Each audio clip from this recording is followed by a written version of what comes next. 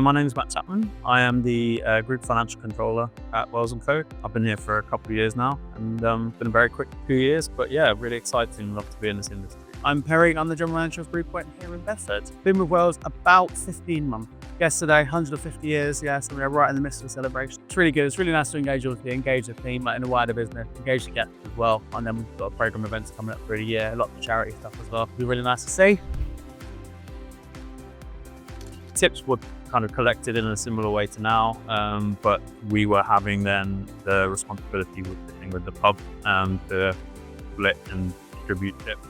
So end of day, end of week, pub would decide and the GM would decide where the tips were going.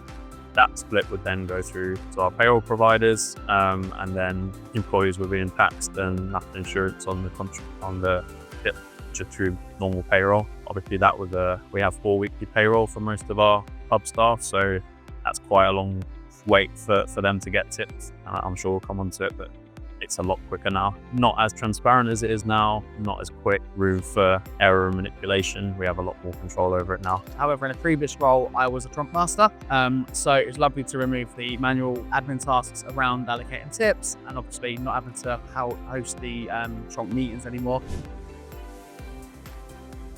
Service-wise, we've seen a real improvement. We gather loads of data from Reputation for reviews around TripAdvisor, Google reviews everywhere, and to get a view of how our pub service is. And we've seen an uptick in that. We've seen an uptick in our managed sales over the last year. We're in positive growth this year. We've been driving good customer service, and tips are really important in that whole setup, because if staff are seeing the tips they're getting from service quickly and fairly, they're seeing that they're getting a first bit of the tip, they're more like good service, and I think that's been reflected in a lot of the stats that we've seen. So no, it's all a positive. We're going in the positive direction. I think it removes any sort of element of resentment of other departments, because everyone's clear, everyone's equal. Especially with us, we're not a table service model, so it is very much an everyone mucks in to create service, create the environment. So therefore, everyone is compensated equally. Yeah, massively. I think obviously the team can see when they've worked a busy service, they can come away and near enough instantaneously see what tips they're getting off the back of it.